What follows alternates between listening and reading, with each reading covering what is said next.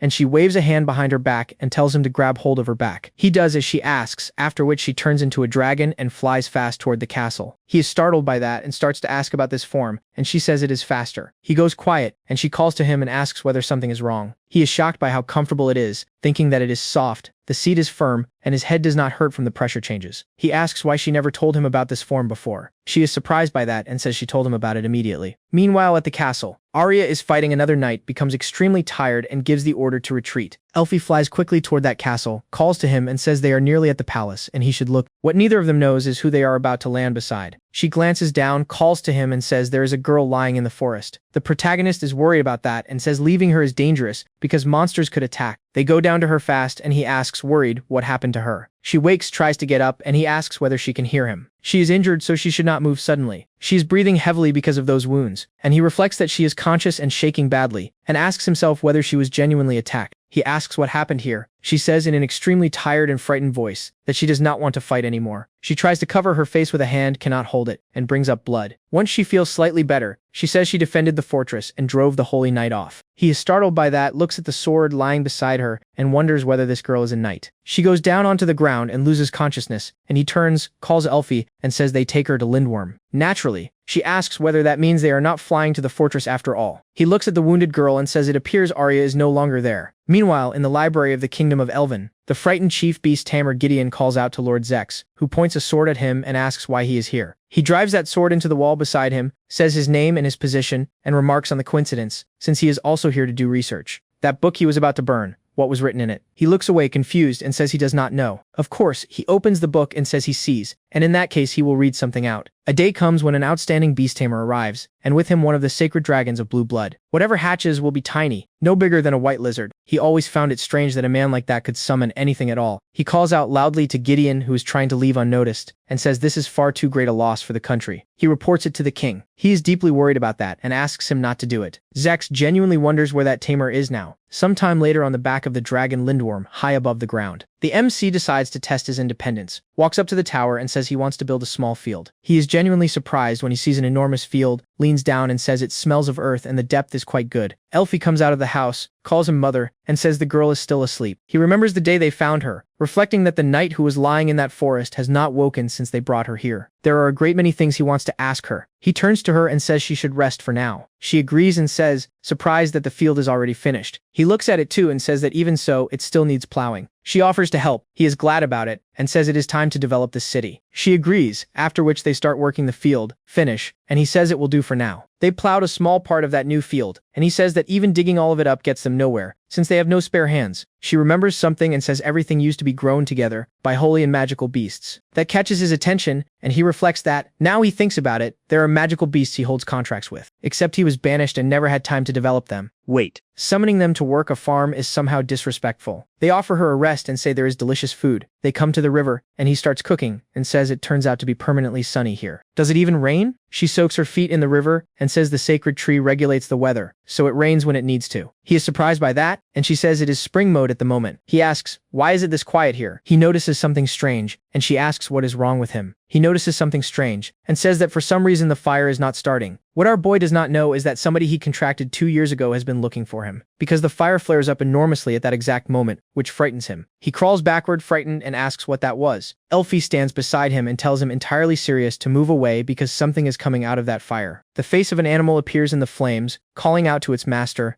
and just like that, a large lion comes out of there, jumps up to him joyfully, calls him master and says the two of them have not seen each other in a long time. He is glad to see him too, and says his name. Louis, to nobody's surprise, she is thrown by what just happened, after which they sit down on the ground, and the animal apologizes for frightening them by arriving that suddenly. He tells her his name, and says he is a crimson lion. Levin reflects that this is his first fire beast, contracted during his studies. He never once thought the two of them would meet like this. He remembers something and says that even so he never used summoning magic. So how did he end up here? He thinks the answer over, settles on it, and says loudly that he tried hard, and that is how he got here. He is thrown by that and wonders whether such a thing is even possible. He calms down and says that, honestly, he does not fully understand it himself, and he was simply very worried about his master. He kept thinking about wanting to see him, after which light wrapped around him. He calls to him and asks whether that means he knew about the exile. He agrees, flares up with anger, and says loudly that he hates this king. That selfish, greedy freak. How does anybody serve a person like that? She is unhappy remembering it as well and agrees with him. He says those events came through the master, and bearing them was hard. Except there was nothing he could do about it and how irritating that was. He wants a part in helping him, so anything at all is on the table, and the only thing he asks for is permission to help the two of them. The protagonist says warmly that he gladly accepts the help. Right away he thanks him, and Elfie says she would be glad to work with him. He reflects that this is how Lindworm acquired a reliable companion. Sometime later, once night has fallen, he calls them to eat. They are surprised by the variety of dishes in front of them, and he says satisfied that this is not all of it. He presents a tray and announces loudly that this is a stone oven pizza with vegetables and cheese. She asks, surprised, what that is. He laughs and says she should thank Louis for it. Because a little earlier, the lion shrank himself with a skill, came into the kitchen and asked the owner whether cooking happens here. He handles the fire. He turned to him and asked how a fire beast is supposed to cope with something like that, after which his head came round to face the oven and a powerful stream of flame went into it. He reflected on the rich taste and the aroma produced by that fire breath, and on how it holds a high temperature. Even in cooking, the lion has no equal. He was delighted that lighting fires is no longer his problem, and Louis stood beside him and said cheerfully that he is always happy to help. She comes over, hugs him, and says happily that he did a great job. He is so soft and so sweet. She calls to her mother and says she wants to know more about him and how the two of them met. He agrees to tell it and warns her the story runs long. All of it happened back when he was training as a tamer. Later, once the eating is finished, both animals fall asleep on the floor, lying next to each other. The MC is washing dishes, looks at them with a smile, and reflects that they have not had dinners like this in a long time. He is glad the two of them became friends this fast. He looks at the door beside him and wonders whether the girl has woken yet. He hopes she is alright. At that time she is having a dream in which a man hits her across the face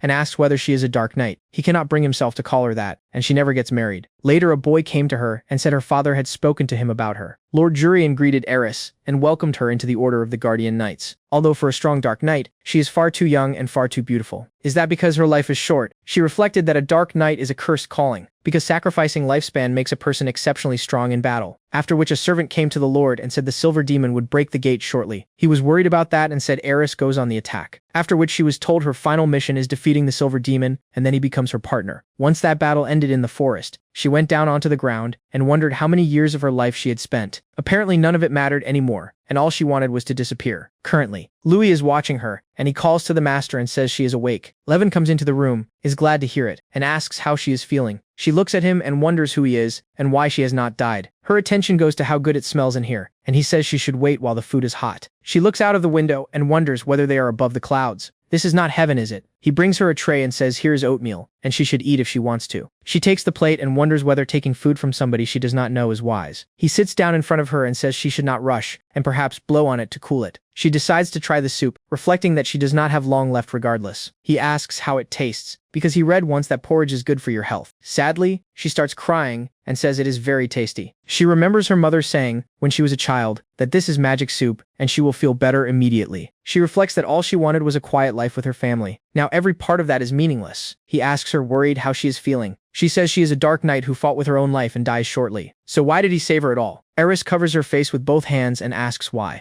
Levin looks at her with concern, and a while later, she is lying on the bed with a fever. Elfie calls to Levin. He says she has spent an enormous amount of life force, and this is dangerous. He reflects that there must have been a ferocious battle at Marley Palace, and the opponent was presumably the Holy Knight Arya. There was a knight in that palace, Eris, insanely strong and young and risking her life for the country. Did the people around her genuinely know all of it and force her to fight anyway? Elfie says that is terrible and they cannot abandon her. The MC does not know what to say to her. The lion asks Levin whether there is anything he can do. The MC reflects that this is the curse of the calling, so what exactly can he do? What Levin does not know is that the fever has taken her somewhere much further back than this room. Because Eris says something, Levin looks at her, and the next moment she takes his hand. Eris, as though delirious, calls the MC mom and says his hands are very big. Levin is startled and asks her what. Eris calls him mommy again and says she still wants oatmeal, and he should feed her. The MC, frightened, tells her to wait and asks what is wrong with her. She needs bed rest. Eris starts playing up and says no. She says she wants oatmeal. Levin tries to calm her down and agrees with her. At which point Elfie comes over and says she has heated up more porridge. The MC hands the plate to Eris and says it is hot, so she should be careful. At which point Eris simply opens her mouth for him to feed her. In the end, Levin decides things are bad. Then he tells her she does it herself. Eris starts playing up again and says no, and he feeds her. The MC wonders whether she has turned into a child. Eris calls Levin mommy and tells him he does it. The MC says no and tells her to listen to him because she needs to eat in order to get better. Eris becomes upset and then asks whether he will praise her for it. Levin says yes, which is when Eris calls him a liar. She says her father never praised her. Does the MC think he has become a dad now? Eris says she fought that hard because her father asked her to. Correct. Being useful to the country was the entire point of it. So where does praise come into any of that? How much harder was she supposed to try? After those words, Levin says her name. Eris starts trembling and asks what she is supposed to do. Then tears arrive in her eyes and she says she is going to die. Once she is calmed down, the MC puts her to bed. Eris tells him not to leave, and at the same time calls him mom again. Levin reflects that the war between Cronia and Elvin is not over. If the army catches a defector, they use her again. Nothing here justifies fighting until she dies. If the curse could simply be lifted, except a Dark Knight is an S-class calling, so lifting it is not easy without receiving the goddess's blessing. After which the MC stands up from his chair abruptly. Elfie looks at him and calls out to him. Levin tells her he thinks the two of them can save Eris. The MC remembers what Eris asked him, why he saved her. He decides it might be selfish, and he can try. At that point he is flying on Elfie. Levin approaches the forest and says they land here. She says yes. She tells the MC it is dangerous here because this place is poisons, sprayed by the army of Elvin. Levin reflects that everything here is contaminated, and he heard rumors in Shilin village that a two-horned beast lives in the poisonous lake. The MC decides that this is the key to breaking the curse. Elfie asks whether it is a beast. Levin says he has no doubt. It is the sacred beast Bighorn. Still, Elfie asks whether it needs defeating, and then goes to do exactly that. The MC calls to her and tells her to stop. Levin reflects that a bighorn horn genuinely can break the curse, and asking Elfie means she beats it and takes that horn, and The MC says none of that is necessary. He walks up to the animal, reflecting that he is a sacred beast tamer, after all. Within seconds, the beacorn makes a sound. Levin says everything is fine and he knows there is poison in that lake, and he is approaching slowly, because it does not like filth, so it chooses this place and cleans all of it, and that is how it protects people. It is here for the residents, after which the MC thanks the beacorn and bows to it in gratitude. He says there is somebody he wants to save, and asks whether it could make a contract with him and lend him its power. Sometime later back at the house, Eris wakes and remembers with horror how she behaved. She asks why. Why did she act that ridiculously?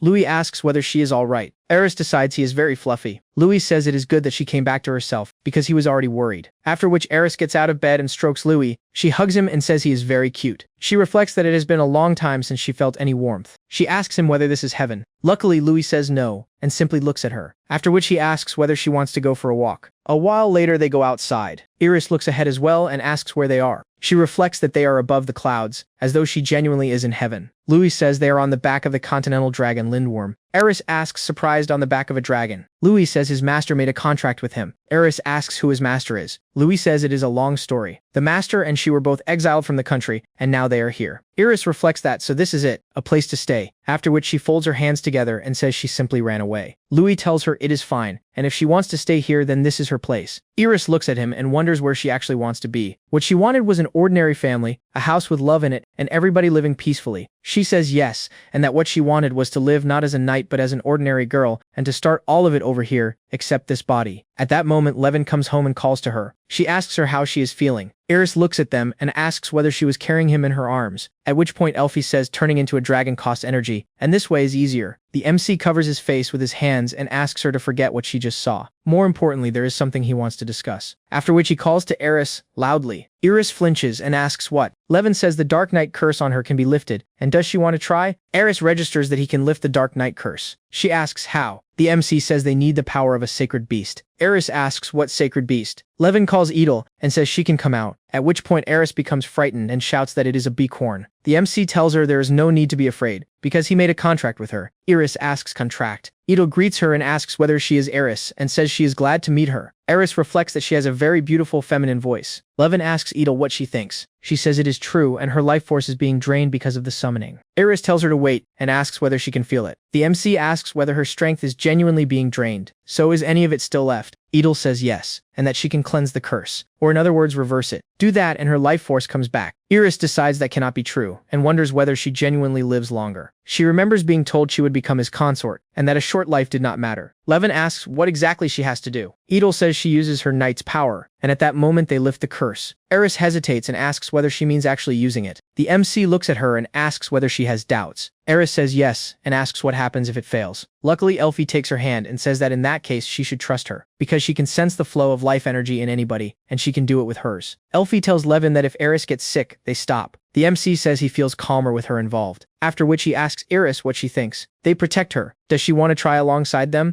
Iris reflects. If she could start over. And just like that, she says resolutely that she will try. A while later they come out to the field. She says there's enough space here and they run through all of it again. Louis attacks Eris, and Eris defends with a knight's power. Then a summoning goes out from Edel, and the only thing it strips off is the part of the curse eating her strength. So Eris stays a dark knight, after which her life comes back, and what she stops being is a cursed one. Eris asks whether only Louis is attacking. Levin asks what. Louis says he usually fights soldiers or hordes of monsters. Eris is not sure, and says he is simply far too sweet, and she is worried about him. Louis says that with more effort put in, more life gets restored. The MC says that in that case, perhaps he should ask for help as well. At which point Louis says, that means it. Levin says yes, and that he has not been able to stop thinking about those words. And this is a good opportunity. He remembers Louis telling him that all of them felt it back then, and none of them could do anything. After which the MC uses beast summoning. Within seconds the Valkyrie sisters appear. Sapphire says nobody has seen Levin in a long time. Iris says, excited that this is it. Edel says they are Valkyrie, known as the messengers of the gods, and it is amazing that he could summon them. Elfie tells the MC that he is the best. Levin apologizes for summoning them out of nowhere, and says he has one request. Sapphire of the Valkyries says they are already aware of the situation, and they will put their strength behind Eris. Ruby says they give it everything, and asks whether she can withstand it. Topaz calls out to them loudly. Topaz asks why they agreed immediately. Sapphire says there is nothing unusual about it because it was the master's request. Topaz says that is not what she meant. Nobody has summoned them in a long time, and they are ready for anything straight away. Is that not somewhat excessive? Ruby asks her what is wrong, because she was looking at him, and it appeared she was happy too.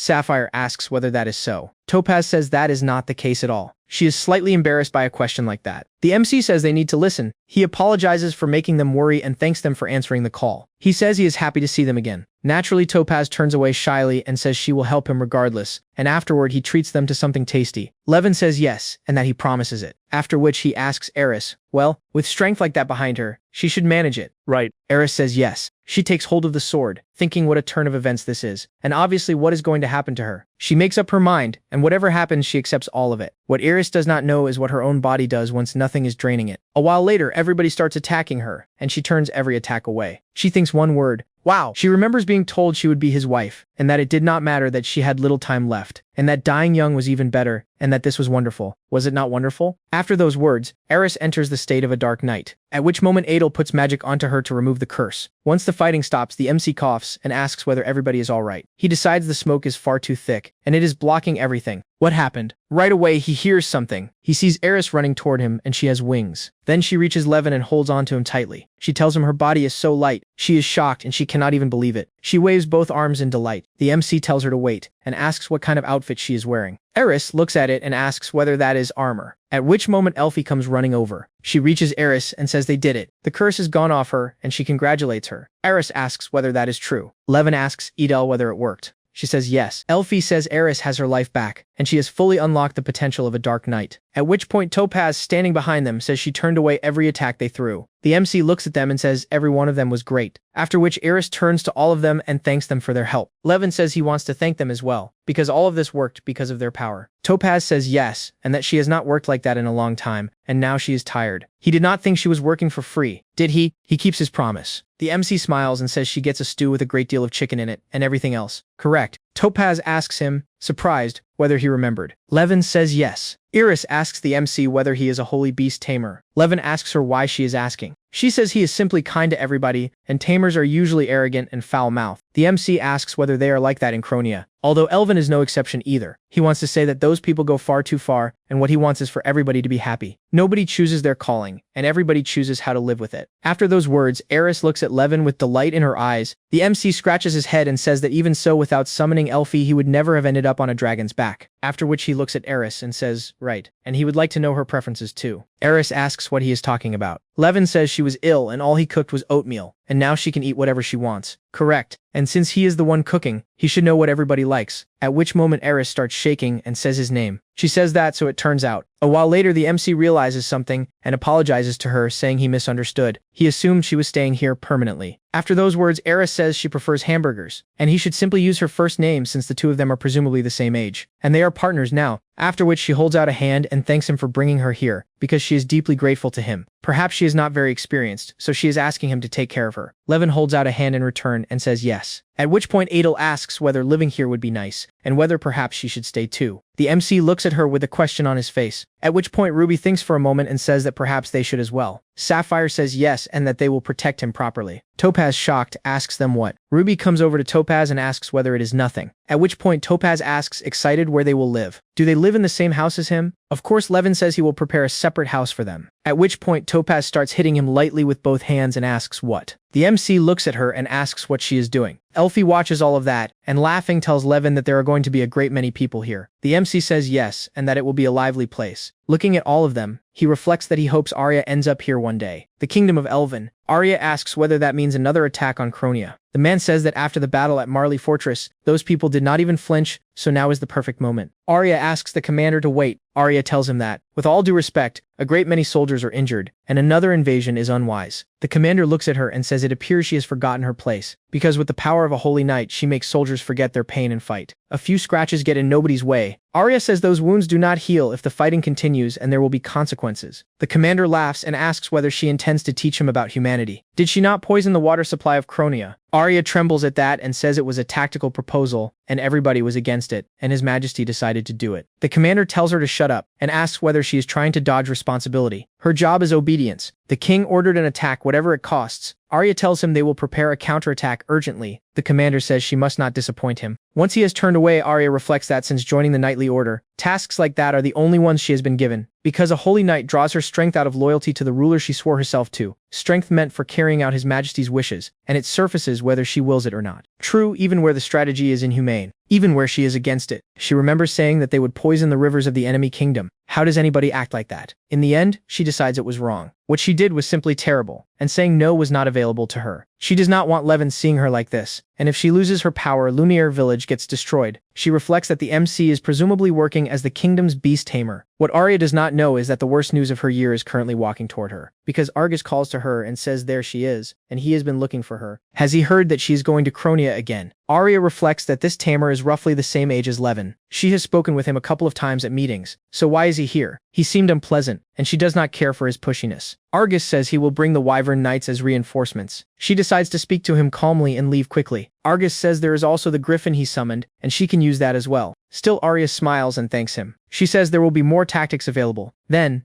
she turns around and says she needs to prepare. Argus tells her to wait because there is more good news. Arya turns and asks what kind. Argus says their marriage has been officially approved. Arya is genuinely startled and thinks one word: marriage. She remembers Argus telling her the two of them would be a couple, since as professionals they suit each other perfectly. Correct. She wonders, married to whom? To her. She says this is some sort of mistake and she does not deserve it, and she was not planning to marry at all. Argus laughs and says that is exactly why, because it is an official decision. Then he pulls out a dagger. Arya asks him what he needs that for. She reflects that he is already loyal to his majesty. Argus says that is true, and his majesty approved their union. Simply put, it is a royal decree and refusing him is not a right she holds. After which he presses her against the wall and as though threatening her says she is his now. After which he smiles and says he is joking, and from now on he calls her his fiancée. After which he walks away from her and says the details get discussed later, and they will see each other again. Sadly, Arya slides down the wall onto the floor once he is gone. She looks down, thinking about the MC. An assistant shouts that Argus should get back. He must stay away from the griffin. That chain will not hold any longer, and they fire a sleeping arrow. He shouts at Argus to be careful, and to duck. One of the soldiers says he cannot even do anything. The second soldier tells him to be quieter, or Argus hears them. Argus wonders why. Why will it not listen? Because Eternal Sky, the griffin he holds, loses control every single day and tries to get away. He is the master here, so where does the thing imagine it is going? There are only a couple of days left before the attack on Cronia. And then, at which point Drake watches that and then applauds. He says there he is, the young master's partner, and thankfully he is all right. So untamable that even a holy tamer is powerless, so it appears they are in for a hard time. At which point somebody in the crowd asks whether that is not Drake of the Langren ducal family. Both of them are S-ranked, and the auras coming off them are nothing alike. Argus asks him what he wants. Drake laughs and says he should not glare at him that angrily. At which point he leans toward Argus and says he came here specifically to tell him how a griffin gets tamed. Argus says Eternal Sky is his sacred beast and he handles it himself. Drake asks whether he has the time, because weakening on a battlefield makes the king angry, and the engagement with Arya could fall apart. To nobody's surprise, Argus tells him to shut up. He trembles and asks whether he is genuinely that confident. Drake smiles and says yes. Meanwhile, Levin, he looks at the field and says, surprised, wow. Topaz says that to them this is a trifle. The MC says, surprised, that this is an enormous harvest. They have to wait. This is very strange, because the seeds went in a week ago. Topaz says, satisfied that power like this belongs to them. Rain that works miracles. Water as an element, which is sapphire. Light as an element, which is topaz. And sunlight, which is ruby. Levin asks whether all of that is what sped the plants up. And even if so, is this not far too fast? After which he thanks them. Elfie runs over to him and says this is wonderful. At which moment Louis turns away, upset. He apologizes and says that carrying the fire element, he cannot help with agriculture. The MC says there is nothing to worry about. After which Louis says that even so, there is something he can do. At which point the sisters put their magic out, and they say he can supply them with the physical labor. Levin reflects that his comrades are far too reliable. He says that is excellent,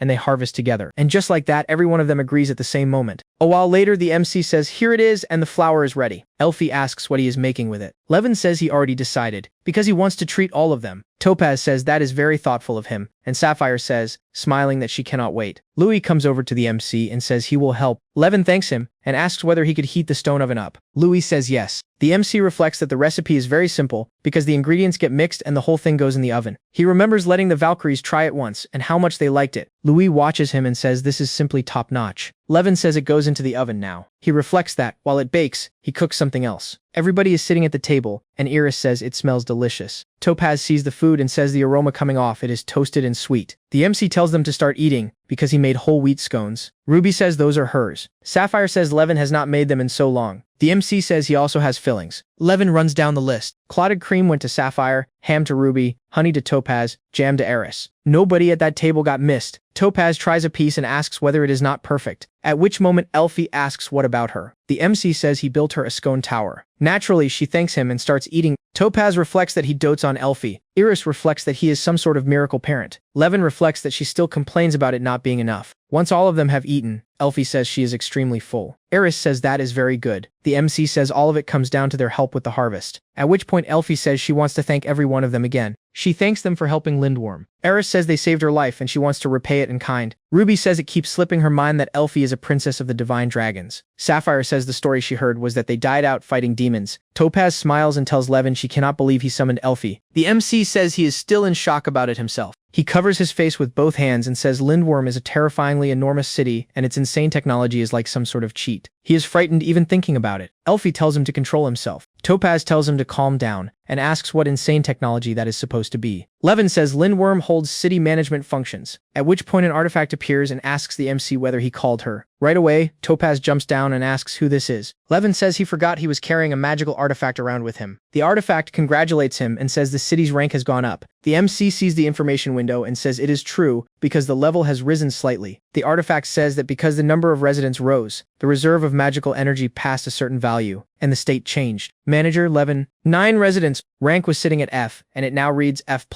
Commands are available to execute from here on. The artifact says a new tool has also been unlocked. A refrigerator. The MC asks, a refrigerator. Eris looks at it and says it is for storage, right? Levin says it is big. A while later, something like an ice gel comes out of the refrigerator. The MC asks whether that is ice magic. Elfie puts her glasses on and says it is a magical artifact of the ancient city. It runs on ice magic. Levin asks her why. She said it like that. Elfie says that put simply, food goes inside it. And it also cools things, and freezes them, and there is magic in there, slowing down how fast the contents spoil. The MC trembles and asks about storing food. Because with a refrigerator, does that mean he can stock enormous amounts of vegetables and meat? He reflects that he can also cook an entire range of dishes. In the end, he throws both hands up and shouts. He tells everybody that from now on he cooks a great many delicious things, and they should wait for it. Topaz asks him whether his calling was correct at all. Somebody should have handed him S-rank chef. The next day, Shilin Village. Levin says that, as agreed with them yesterday, he goes to buy vegetables and meat, and the two of them get the spices. Elfie says yes. The MC tells them they meet up later, after which Elfie turns to Eris and tells her to come with her.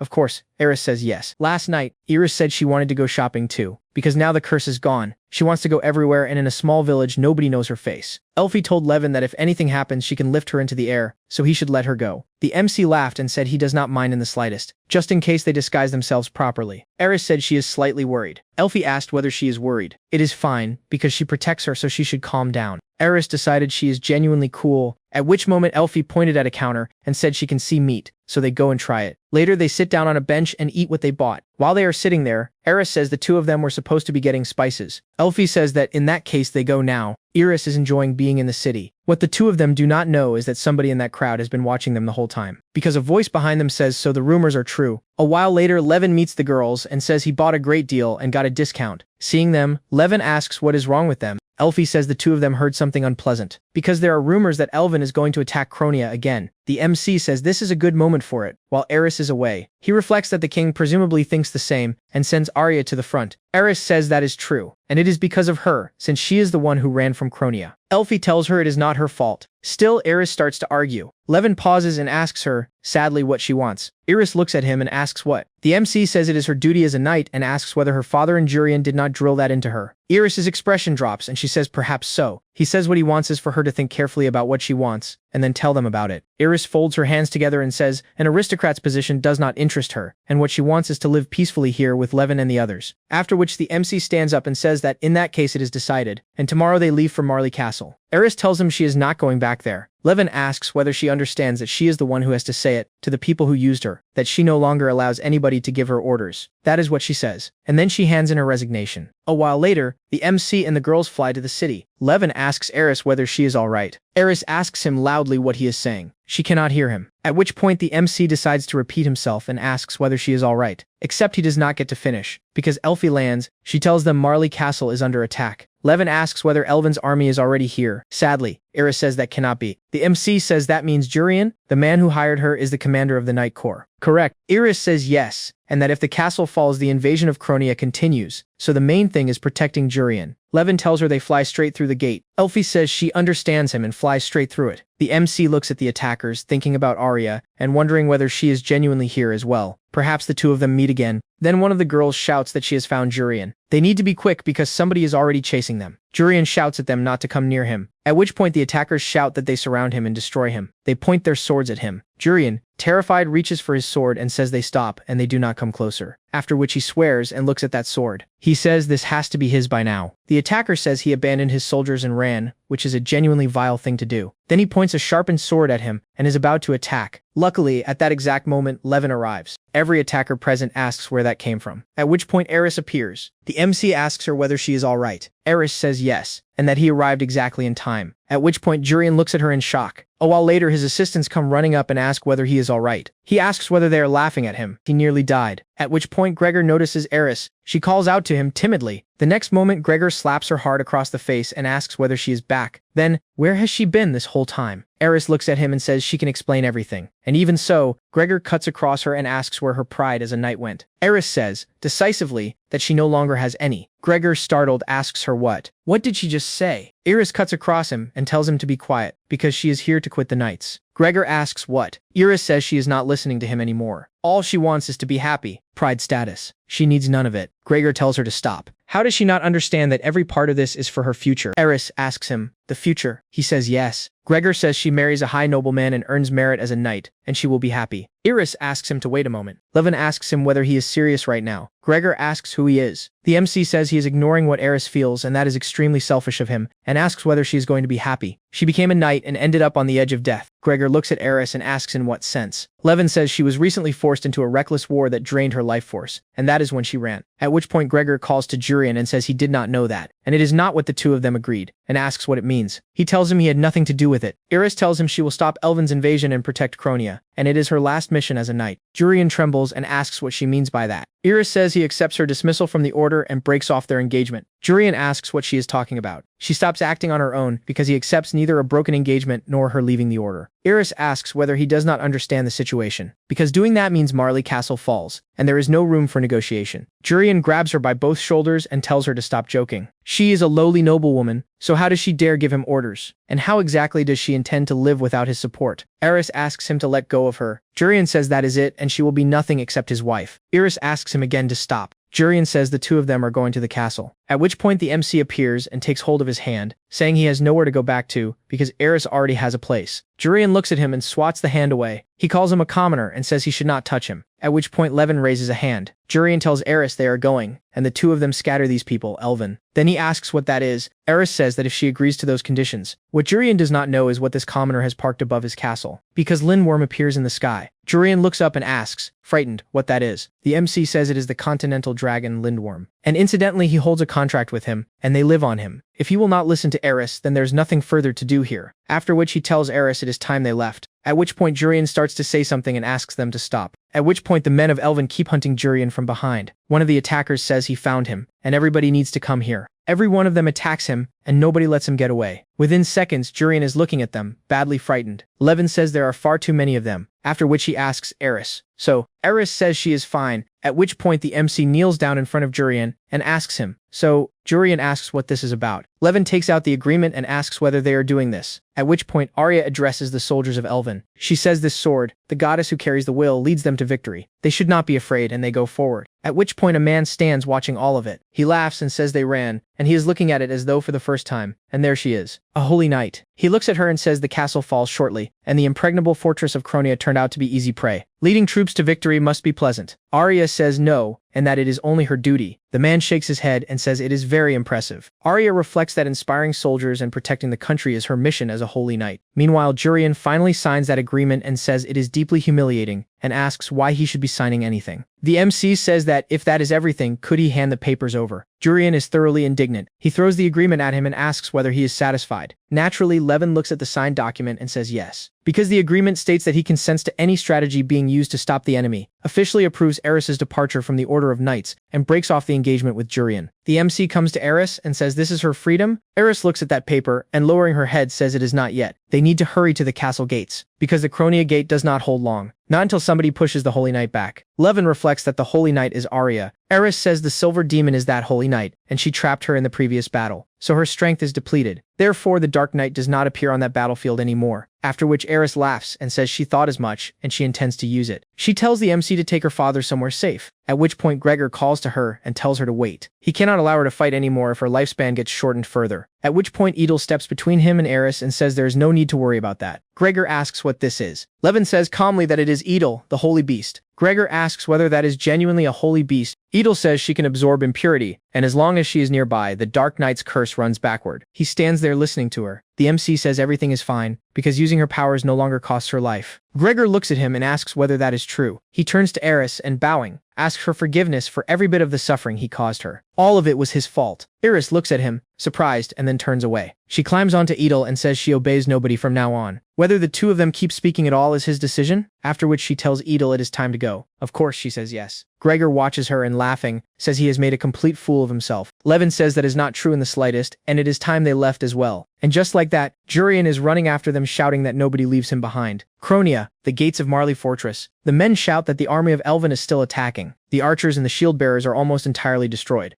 They put the magical barrier up at full power. They hold out whatever it costs because they are buying time. A while later, several men collapse, exhausted. He says it is useless, because the magic can run out, at which point their leader asks what they are doing. One of the soldiers asks whether the magical barrier has disappeared. They go in like this and they tear the Cronian flag down. A Cronian says they keep attacking, and those people keep coming forward, and it appears this is the end. Luckily, Eris comes down from above riding Adel. The men ask, shocked, whether that is Eris. The man tells the soldiers they take Cronian territory. With the barrier gone, this is the moment to destroy the gates, and they move forward. Eris says she is not letting them, at which point she starts fighting every soldier there single-handedly. Arya watches that and asks what this is. That is the Dark Knight. So why is she here? Eris smiles and looks at Arya, who is shocked. The man asks whether that is the Dark Knight of Kronia. That is not what they agreed, so she attacks her. Arya says they do it, at which point she closes on Eris to attack. Eris thanks her for last time. Arya tells her she is surprised, because she thought she would not be able to fight for a while. Eris smiles and says that, as she can see, she is perfectly fine. It appears her dream of retirement finally comes true. Arya asks what? Eris says she can give her a genuine beating one last time. Within seconds, the two of them are fighting. Arya decides this cannot be happening, because last time was completely different, and she was not merely holding back. She was attacking with everything she had. She cannot lose, and she cannot lose because she has to protect. At which point she wonders what exactly it is she is protecting. The MC watches that fight and decides it is definitely Arya. So why is she a silver demon? That cannot be, because Arya would never want that. Eris tells her to withdraw the troops. Arya says she cannot do that. Eris says that in that case she forces them to retreat herself, at which point she spreads her wings. She points her sword at the field and says the outcome of this battle is already clear. She withdraws the troops, and if they admit defeat, the fighting ends. Sadly, Arya says she cannot do that. At which point Argus shouts to her that he is here. He laughs and asks whether she has been waiting for him. At which point Elfie tells Levin the griffin is there. The MC reflects that it is the one Argus summoned during the ritual, and he has no doubt about it. Except, its eyes are red. Could that be it? Levin tells Elfie she should help him. He looks into that griffin's eyes and says, with a trembling voice, that every person here is now in danger. Argus shouts at the griffin that they move forward, and they defeat Kronia. The griffin roars and the men shout that Argus's griffin is there, and they are about to break into the castle. Argus praises the griffin and tells it to do the same again. What Argus does not know is which name that animal has actually been answering to, because the griffin turns to its own allies and starts attacking them. Arya wonders why it is attacking allies at all. She asks Argus why it is going after its own side. Argus looks at her and asks, so what? Arya says that right now it cannot tell an enemy from anybody else. Argus asks her what difference that makes. The Cronian army is dwindling. Arya argues back, asking what the point is if their own men are destroyed. Argus says that is no longer her concern, because with her strength, soldiers can be used as much as anybody wants. Correct? At which point the griffin takes off again. Arya trembles, thinking that it hurts. The griffin starts attacking the others. And at that moment Eris arrives. A soldier calls out to her. Eris tells him she is holding the griffin and they restore their magical power. Kronia does not break as long as they resist, because there is a reason these people are known for strength that does not bend. Their pride does not bend either, and the enemy had better learn it. Right away the soldiers are lifted by that speech and say they are with her and they are Kronia's shield. The MC says it appears Kronia can safely be left to Eris. Elfie calls to Levin and says something is wrong with the flow of energy in that griffin, because it appears to be distorting something. The MC reflects that it has lost its mind and is attacking everybody indiscriminately, and its eyes have gone scarlet, so it is presumably being forced into submission with a potion. Except that griffin is the beast Argus summoned,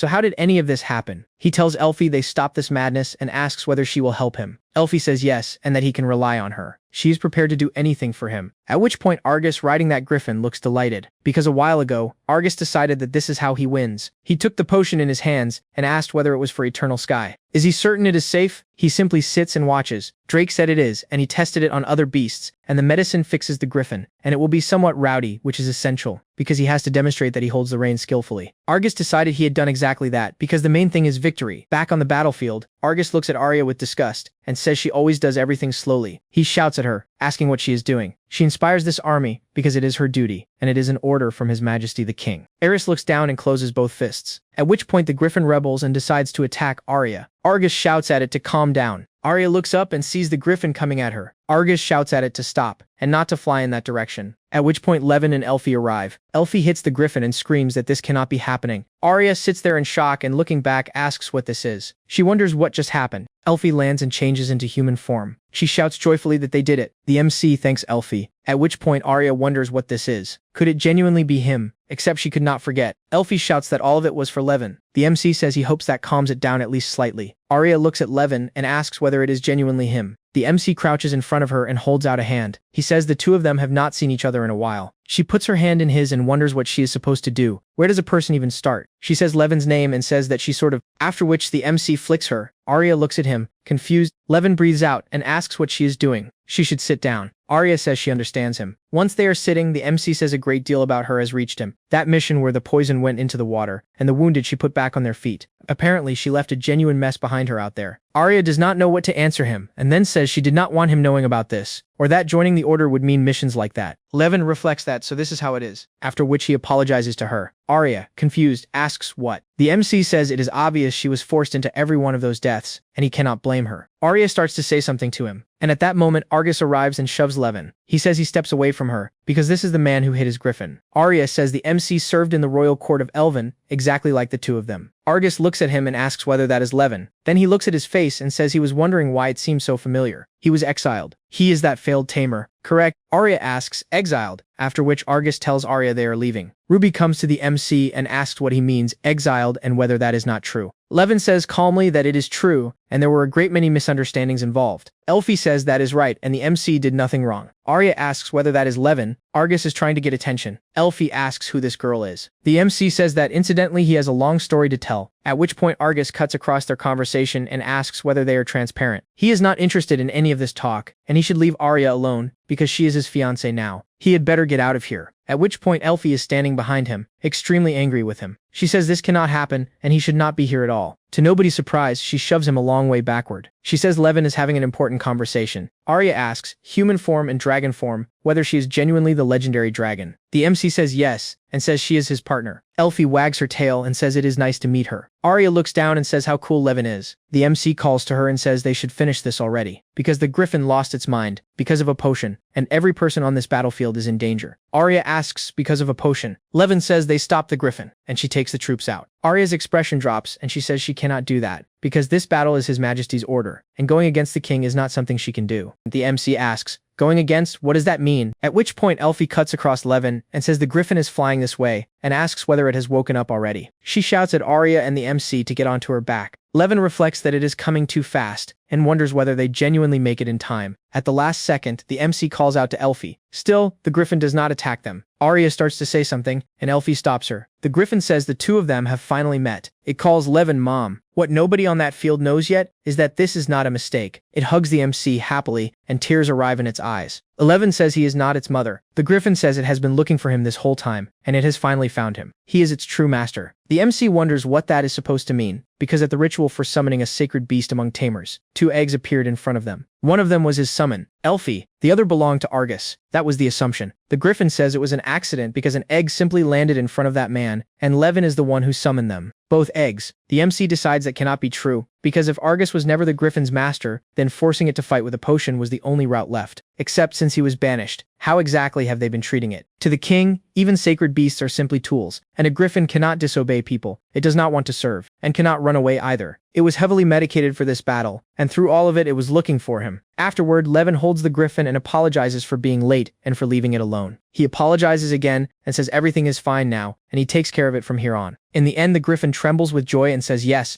The MC says thoughtfully that the griffin is not the only one he intends to take care of. His blood is boiling because every one of them is being used and worn down for the needs of a kingdom. Killing lives, killing hearts, and even a good calling gets spent on selfish wars. What is the point of serving a country like that? Arya calls out to Levin. She decides that it is her, at which point the MC turns to her and asks whether she wants to come with them. They can get out of that kingdom and live together. Those words make Arya think, and she starts to reach for his hand, then remembers something and pulls her hand back. He says her name and she says she cannot go, because if both of them leave, what happens to the village of Lumiere? The state stops supporting it, and there is a risk somebody starts taking revenge. She does not even want to think about it. He asks her forgiveness and says that from the moment he was exiled, she cuts across him and says he is not to blame for any of it. Right, and perhaps the two of them should try talking and clear the misunderstanding up. He says that is not something they can do. She starts asking why, and he calmly says the name Lindworm. It flies to him immediately and calls him Sir, and Levin says it is another beast he holds a contract with. It is his home now, and he lives there. Although living there is one word for it, since the place is nothing except ruins. Together with Elfie, the two of them are rebuilding it gradually. She is startled by that and asks whether he is currently living on a dragon's back. He agrees and says he has found his place there. She feels sad hearing it and cannot say anything, and he says none of that means he abandoned Lumiere. Because what he wants is to move the entire village to Lindworm. The soil there is soft and the water is clear and it belongs to no country at all. Even with no patronage, they build their own future. She is startled because she had not once thought about that. Meanwhile, she comes over to him and says there is no simple answer here. As a knight and a commander, this battle is her responsibility. He says that if that is the case, the two of them put an end to the fighting. A little later, deep inside the Kronia gold mine, Jurian shouts that they dig faster and nobody is allowed to rest. He keeps pushing them, looks at the small pieces of gold and says this is still not enough, and it is far too early. The protagonist and the others walk toward him, and he says there are quite a lot of people down here. Naturally, they come closer, he greets him,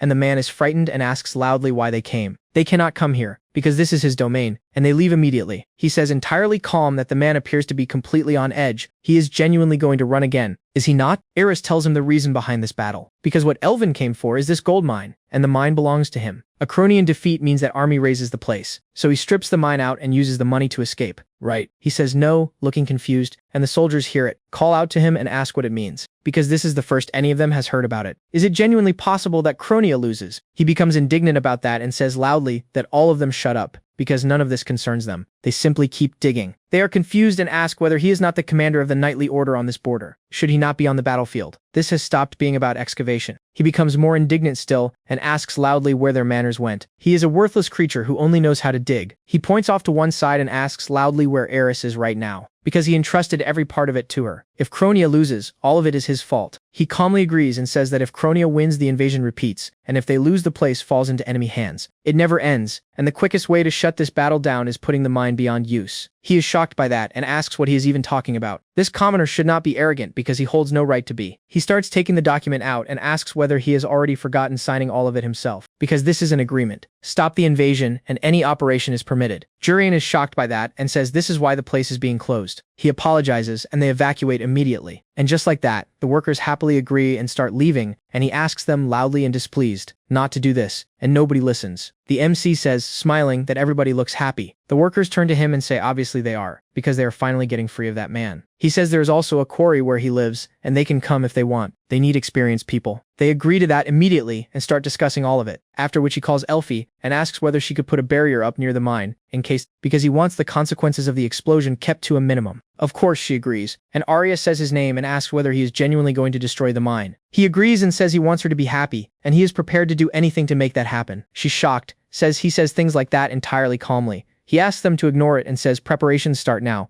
Within seconds they fly up, notice a bright flash in the distance, and he says that is the signal. He authorizes Lindworm to act, and it immediately says he can trust it. It flies closer and starts concentrating energy in its mouth, and a great many soldiers nearby notice. Jurian shouts at them not to do this, and it does not hear him, and fires a powerful beam into the mine. The soldiers are shocked by what they see, and ask loudly what that was. The observation squad reports to every unit. A giant dragon appeared in the sky, and the gold mine has been incinerated by a beam of fire. He says he saw it and he did not imagine it. Genuinely, is that Cronia's secret weapon. They cannot defeat it. Elvin's army is retreating, so they retreat too. He knew something was wrong. And is it also because of that dragon that the cold arrives so suddenly? Iris looks away and calls out to Levin, surprised. They land nearby, and Elfie happily calls to her mother and says both armies are pulling back. He agrees and says all of it went smoothly. He reflects, smiling, that Arya and Eris are both free of that battle now. He calls to her and says she can answer him, at least now. She agrees and says going with him would be wonderful and she has thought about it often. She thanks him and says that even so she cannot do it because she is a holy knight, as long as that dagger exists. She cannot go anywhere and she apologizes for having said nothing. He is shocked by that and asks what she is talking about. What our boy does not know is that somebody has been standing behind him for the last minute, because Drake swings a large axe and says that unfortunately, the Holy Knight is busy. The protagonist turns at that voice and wonders frightened who this is. Luckily, Elfie notices, calls out to her mother, worried, steps in front of him, and blocks the attack with a transformed hand. He jumps aside and says with a small smirk that this is unexpected. He brought an amusing girl along, so there was a reason to come here after all. She fusses and jumps around a battlefield, an irritating insect. Although by nature, a legendary dragon, and he will have something to say about that later. He starts to walk away and says everything is fine because he does not care about them. He comes over to Arya and our boy calls out to her, worried. He ignores them, takes her hand,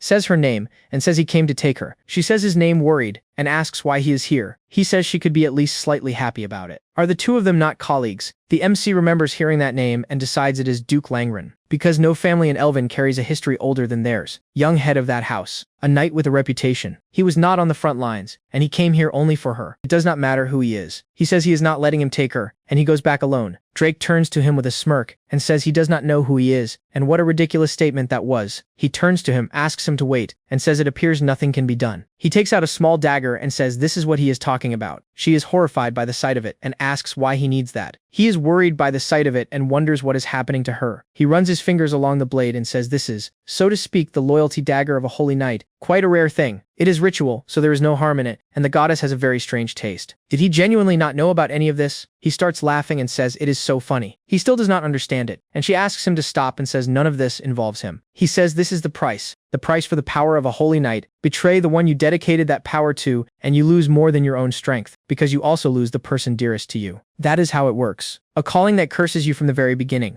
It's funny, right? Levin remembers what she said, and wonders how any of that is possible. Sadly, his hands start shaking, and Drake says he should not worry that much. He will console the girl on his behalf. He becomes furious at that, swings a fist and insults him loudly. He avoids the attack, slams his axe into the ground, and says it is time the two of them ended this. Elfie defends him, and he grabs Arya, which makes her drop a ribbon, and says he is busy as well, so this is their goodbye. He shouts her name and wonders what is happening. He could not save her from the very beginning. In the end, he calms down slightly, picks the fallen ribbon up, and says he is coming back for it regardless. Sometime later in the kingdom of Elven, Dolcus smashes a bottle of alcohol and says loudly that somebody explains what happened immediately. The gold mine has disappeared and he is supposed to believe that. Drake says it is true, because the mine is gone and their army took a crushing defeat. He leans toward Argus, who is in shackles, calls him a useless youth, and tells him to talk about it. He says worried that the breath of an enormous dragon appeared out of nowhere. He says loudly and displeased that nobody makes him repeat himself. Is there genuinely a dragon capable of demolishing a gold mine? Besides which, where did the griffin go, and why did he not come back with it? He lifts his head, says the protagonist's name loudly, and says that man is the one who stole his beast. He repeats it and asks, puzzled, who the hell that is. He says loudly that this is the man who summoned a lizard during the beast summoning ritual. A worthless tamer. Drake leans toward him and asks who else is worthless. Dolcus remembers him and says there genuinely was such a person who even contradicted him. Is he the one who captured the griffin? He agrees and says the holy beast refused to obey the man for reasons nobody explained. The king becomes furious about that, throws a glass down beside him, and says loudly that nobody lies to him, because this loser could not even summon a beast, and now he is capable of something like that. He steps between them and says that is it, and this farce is over. So, your majesty, the judgment he handed down back then was wrong. It is simple. That was not a lizard. It was a sacred dragon. He is indignant about that and asks loudly what this is and why anybody is speaking to him that way. He says the man brought a small white dragon and an enormous dragon onto a battlefield, and the enormous one destroyed the gold mine. Both of them are presumably survivors of the legendary dragon family. He starts to say something about that lizard, then looks shocked and says nobody should be talking nonsense like that. He remembers what happened that day and says that, certainly at that moment, none of it was even discussed. What Dolcus does not know is that his own son spent last night in the library. because Zex comes into the hall and says that in that case, he should listen carefully. Because the chief beast tamer, Gideon, knows all of it. He turns to him and says entirely serious that he tells the truth about his mistake, the one he learned about in the library. Dalkus asks, displeased, whether he just said mistake. He says extremely loudly that somebody explains this immediately. He apologizes in a frightened voice, and the prince calls to him and says the contents of this book get discussed now. He refuses, badly frightened, asks them to stop this, and says it is an old book, so he does not know who wrote it, and the contents cannot be trusted. This is not something to trouble his majesty with. Drake takes the book and says it was left behind for the time when the divine dragon is reborn. A tamer of sacred beasts. Excellent enough, receives 2 partners. One of them a true partner, a sacred beast. The other out of the royal line of the divine dragon tribe. That happens in tens of years or hundreds, and he does not know how many thousands may pass. And the divine dragon brings great patronage to their country. Dulkas, shocked, comes over to him and asks what he just said. He says his majesty should look at this. He shows a page with a picture of a white lizard, calls it cute, and says they say that is a baby divine dragon. A divine dragon, newly born, and that small, although is that all of it, he says loudly and displeased, that nobody trifles with him. A creature like that, is that a divine dragon? He throws the book onto the floor and asks loudly whether it is not simply a lizard. Zex says the egg the Lord summoned during the sacred beast's descent ceremony, and the lizard born out of that egg, came from the divine dragon tribe. Everybody except Drake is shocked by that information, and he says the master of the divine dragon tribe is that man, and presumably the master of the griffin as well. To nobody's surprise, Argus is shocked, and says this cannot be, because it is absurd. Indeed, that egg was right in front of his eyes. He turns to him and says that even so, to a sacred beast, a tamer is akin to a parent. It never submitted to him, or rather never intended to, because he was not its master. He looks shocked and says that even so, Eternal Sky is a sacred beast and it is not his sacred beast, and that cannot be. Drake comes over to him and says, smirking exactly, and stealing is bad. Dulkas becomes furious, calls them idiots, and asks loudly what they have done. He said himself that it was simply a lizard. Correct. Gideon, frightened, calls out to his highness and says that book is presumably a fake. He hits him in the face with his staff, which puts him on the ground, and calls him a loser loudly, and says he could not even tell a lizard from a divine dragon, despite being the chief tamer. He keeps hitting him with that staff and says loudly that the thing was a divine dragon. Thanks to this man, the beast very nearly got away, and one moment of attention would have prevented it. Zex stops him, calls him father, loudly, and asks him to stop. He looks away, calls to Argus, and says him too. He could not get the sacred beast, and he could not get the gold mine, and he is completely useless. He starts to say something about it, and Zex asks him loudly to stop, and says the Lord's exile was his father's decision, resting entirely on the head summoner's judgment. Does he not carry responsibility for that? He says the MC's name with a shocked expression, calls him his son, and says that so this is how it is, and the man gets brought back immediately. He calms down instantly and says exactly, that is what they do, and since the misunderstanding is resolved, he gladly returns. The prince says no and asks whether he is serious right now. After every insult and every blow aimed at that man, he wants him serving the country again. He never comes back here. Dulkas asks him loudly to be quiet and says that in that case, force gets used. He takes the inhabitants of his home village hostage. He makes him understand his place for destroying a gold mine and damaging national interests. Zex is indignant at that and says the Lord's home village is their own country's territory. Is he genuinely going to torture his own subjects? Dulkas says his name loudly and says that if he resists son or not, there is no mercy. He leaves immediately. Meanwhile, Levin sits by a fire looking sadly at the ribbon Arya dropped. Iris comes over, says the Holy Knight was here, hands him a mug, and says she heard from Elfie that the two of them were childhood friends. He looks at the drink in his hands and says she lost both her parents when she was small. His family took her in. When the pair of them hit 16 and both drew S-rank professions, the whole village lost its mind with joy. Even after the exile, that village kept its support, because the Holy Knight was there, held by a loyalty dagger. She was forced to obey orders, and even so she tried to protect that village alone. It is so sad. She says that the second time the two of them crossed swords, she heard the voice of her heart, because she was asking for help while obeying orders and fighting herself constantly. It came through so clearly that it became painful. She understands it too, because she was exactly the same. She calls to him with a determined smile and says the two of them go and meet her together. He gathers his resolve as well, stands up, and says that as soon as dawn breaks they go to the village of Lumiere, because a knight knows he destroyed that gold mine. Having told the king about it, that man certainly wants revenge, and if he cannot find out where he is, his target becomes the village. She is startled by that and says this cannot be. The protagonist says she should not worry, because he has a plan. He reflects that in a way only he can, he definitely protects his village. Meanwhile, Zex, having heard his father's words, closes a fist, walks to the exit, and says there is no use saying anything further now. He is indignant about that, calls out loudly, and asks what kind of attitude that is. He goes out into the corridor displeased, holding his own head, and knights passing by call out to him. He apologizes for the noise, and says he is going back to his room for a while. They inform him if anything happens. Still they agree, and once he is gone they say how sorry they feel for him, although talk like that could get them killed. being the son of a king like that. He is walking down the corridor and turns around when somebody calls to his highness and wishes him a good afternoon. He turns, calls him Alan, and asks how his son is doing. He says cheerfully that he is almost too energetic and nobody knows what to do with him anymore. He says, smiling, that this is good news. He tells his highness it is thanks to the leave he granted, and his wife is grateful to him as well. He waves a hand and says he will hear more another time, over alcohol. He bows and says that sounds excellent, and he gladly agrees. Lord Highline comes over, calls to the prince, and says he heard his majesty's angry voice from downstairs. Did something happen down there again? Zek says it is the usual, and there's no need to worry about it. 2 more knights notice him, call out and say they are grateful for the sword training because they learned a great deal. He says their names, Ulysses and Kyle, and asks how they have been since then. They say they train hard every day, although they are still a long way behind him. Your Highness. He says they should not rush, because only accumulated experience turns into strength, and a person never stops improving himself. They are lifted by that, agree with happy faces, and then a maid comes over and calls to his highness, looking confused. She holds out a basket and says pomegranates came from her home village this year, and her parents genuinely wanted his highness to try them again. He accepts the basket gratefully and says pomegranates out of the village of Aldo stand out for an especially rich color and taste, and he will eat them in his room. He walks further down the corridor and other maids notice him and say he is handsome again today. One asks his highness to marry her. Another asks him to go on a date next time. He looks slightly thrown and asks them not to demand the impossible, and says he needs to get back to his post as soon as he can. He goes into his room, closes the door with a tired sigh, runs and lands face down on the bed. Naturally, he starts screaming into the pillow, lifts his head and says he cannot do this anymore and it is impossible. He has reached his limit because compared to his father, he holds a great deal more talent and a great deal more popularity. In a way that has been his personal misfortune. He says exhausted, that he is cleaning up after that man again. His role has always been exactly this. His father's mistakes, and nothing except cleaning up after a loser. All of it useless, and he hates it so much, that damned father. He starts rolling around on the bed and asks loudly and displeased, who the trash and scum around here actually is, and whose mouth he is speaking through. He is disgusting, exactly like Dolcus, and their country is finished. And just like that, he tears the pillow open and swears at it under his breath, then stops, because somebody knocks on his door. The knight knocks, calls to the prince, and asks whether he has a free minute. He opens the door, lets him in, and the man bows and says he begs forgiveness. This is an order from his majesty. He goes to the village of Lumiere immediately and completes the mission, or severe punishment follows. He says sadly that this village is the homeland of that lord. He understands everything, and he prepares immediately. He leaves the room, bows, and says that in that case he is going. Zex agrees and thanks him, and the man starts to leave, reflecting with a small smile that the lord is a good man. He carries himself with such dignity even inside his own room, and that is so cool. He goes back to his bed, lies face down in the torn pillow, and curses his father, loudly. Some time later, the king sits on his throne and says that so this is how it is, and his son has already left. The prince went there personally, so this summoner definitely cannot refuse. Because of those people, more effort became necessary, and using ministers this insignificant is hard on the king. Drake comes over with a glass of wine and says he sympathizes with his majesty. He laughs quietly and says he is the same, having failed to capture the gold mine. He keeps smiling and says the mine was a failure, and if the subject is the spoils of war, then these are exactly that. Right away he snaps a finger, and several knights come into the hall carrying gold ore. He is genuinely startled by that, and Drake reflects that this is only a small part, and the total volume runs hundreds of times higher. Collecting it in advance was slightly crude, and it was the correct decision. Where his majesty's true desire is involved, he does not pick and choose his methods. He will be happy if it pleases him. He turns to him, delighted, and says he has done magnificent work. A deed like that is genuinely an honor for the kingdom, and he grants him whatever reward he desires. Of course, Drake refuses, saying the reward is too much for him. He turns around and says he is telling him it will be granted so he can demand as much as he wants. What Argus does not know is what this man is about to ask for. With a sly grin, he says what he desires is the Holy Knight. Arya. Dolcus agrees immediately while hugging the gold ore, and Argus is indignant about it, asking loudly for him to wait, and saying she is his bride. His majesty acknowledged that as well. Did he not? He comes over, presses his head down, and asks whether he even understands what he has done. Plotting against his majesty. Stealing a sacred beast from its true owner. A great sinner like him is not fit to be the groom of a holy knight. He turns around, calls out to his majesty, and asks what gets done with this garbage. He ignores it and says he leaves that to him. And besides, he is tired of constantly thinking about losers. He agrees with that, puts his hands on his head and on Gideon's, and says they are leaving. He is deeply worried about that, calls out to his majesty, loudly, and asks him to wait and grant another chance to summon a sacred beast. He does not listen, takes both of them out of the hall, and after that the two are stripped of their titles and expelled from the country. Meanwhile, in the village of Lumiere, a resident notices an enormous shadow, sees an enormous dragon, and asks loudly what it is. They call the headman. The villagers already assume this is the end of the village, and he comes out to them and asks all of them, loudly, to calm down. He notices something approaching and says somebody is coming down off that dragon. The MC descends to a crowd of shocked villagers, calls to his father and says he is back. He comes to his family's house, and Graham, entirely serious, calls to him and asks whether he could explain himself to them. He agrees and says it is the divine dragon he made a contract with and he lives on its back now. He is shocked and demands to know what any of that is supposed to mean. He asks them to listen and asks whether he is a tamer of sacred beasts. Correct. They agree, and he says an enormous amount has happened since the descent ceremony handed him a divine dragon. He has been developing the land in order to rebuild the city on that dragon's back. His father asks him loudly to wait a moment and says a divine dragon sounds like a fairy tale. His sister says, smiling, that she believes her brother, however. She hugs him and says he made a contract with a dragon that magnificent, and more importantly, she is very happy, he looks healthy. He feels awkward, and their mother calls to Fiona and says that is unfair. She lets him go and says that Dulkas of theirs, how does one put this, is a scheming sort. Right. She was worried about how he would serve in a palace in a place like that. Although she assumed nobody mistreats a man holding an S-rank job, Mom agrees with that and asks whether Arya is not with him today, because that girl also holds an S-rank job, so she is presumably busy. She wonders how she is doing. The sister says nobody has seen her in a long time, and she would like to. Levin closes a hand into a fist, gathers his resolve and says he came today because there is an important conversation to have with all of them. He was exiled from the country. They are shocked by that and ask him to tell them what happened, and he tells them all of it. How he was exiled, Elfie and Lindworm, Arya, and the gold mine he destroyed. He says that knowing the king, he wants to punish him more than anything else in this world, and even without knowing his location. The retribution lands on this village instead. Graham is worried about that, and he says this is why he wants to move every villager onto the back of Lindworm. They are startled and ask whether he just said move them onto the back of a dragon that size. Is he serious? He is nervous about that, reflecting that he understands it is not easy, and it is the only thing he can do. To nobody's surprise except his, they say that this is wonderful. They abandon this worthless country. Fiona, thoroughly displeased, says exiling her dear brother was shameful stupidity, and Dulkas holds no right to be king. It amounts to crossing out the country's future with his own hands. The protagonist, worried, calls to his father, and he declares loudly that everything is decided. Their village, Lumiere, declares independence from the kingdom of Elven. He asks them to wait, worried, and nobody listens, and they say they leave this country immediately, today or right now. They wonder what this place is, a dragon's back. Wherever it is, if a person can live there, then everything is fine. Graham notices him trying to say something and asks what is wrong with him, because he came here with exactly this intention. Did he not? He says that is indeed so, and everybody is agreeing far too easily, besides which, without the consent of every villager. He gets up from the table, goes to the exit, and says that in that case he should see for himself. He opens the door, and there's a crowd of villagers out there saying that living on a dragon's back sounds interesting. They follow their lord and they can move whenever he likes. Exiling the young master was a terrible act. She has never once seen this king in person. They come over and say the master they have beats some king. None of them can even understand. Their faith sits with him, and with the young master, they go and tell the entire village about it. The MC is nervous about that, and asks whether it is normal for everything to be this simple. He says, smiling, that they should be grateful to the king for his complete lack of charisma, after which they go outside, and Graham says he would get onto that dragon's back immediately, and he would like to say exactly that. However, Mom asks how the moving actually happens. He takes out the magical artifact, summons the hologram, and says he wants the villagers accepted into the city. She congratulates the master and says the population has now gone past 300. Growth is happening, and a new team has opened up. Rank has climbed to E, and immigration is available as a command. He looks at the system window and says he came today only for advice, and he studied this skill in advance. Incidentally, power like this came out of the divine dragon race and the ancient civilization they built. The father is shocked by that and asks what he is even talking about. He reflects that with this, he can protect the village of Lumiere. He fulfills the promise he made to Arya in his own way. Meanwhile, a great many knights ride toward his village and say it is so far out. To think they were forced to take horses through somewhere this remote. One of them calls out to his highness and asks whether he is tired. Zex turns to him, thanks him, and says he is fine. Meanwhile, Levin reflects that the immigration skill moves buildings sitting on the ground up to Lindworm, except people cannot be moved. He thinks about his companions and reflects that if only he had beasts that could fly. Within seconds, a villager cries out in surprise, which catches everybody's attention. One of them points upward, calls out to the lords, and says they should look at the sky. Eternal Sky flies to him, calls out joyfully to his mother, and says they brought friends. Everybody is shocked and confused by all of it, and he says everything is fine because these are his partners. Why is he here? He laughs and says that even separated, he understood what Mom was thinking, as though nothing in this world escapes him. Moving those villagers is the job. Right. And it can be left to them. One of the wyverns comes over and asks whether he is their boss's master. Correct. He agrees, and it says that in that case, to them he is also the master, and he can order anything. He reflects thoughtful that a griffin is a creature standing at the top of everything that flies, and if this griffin has wyverns obeying it, does that mean he, as the griffin's master, can speak to them mentally? And is it genuinely that simple? He bows, thanks them, and says this is very encouraging,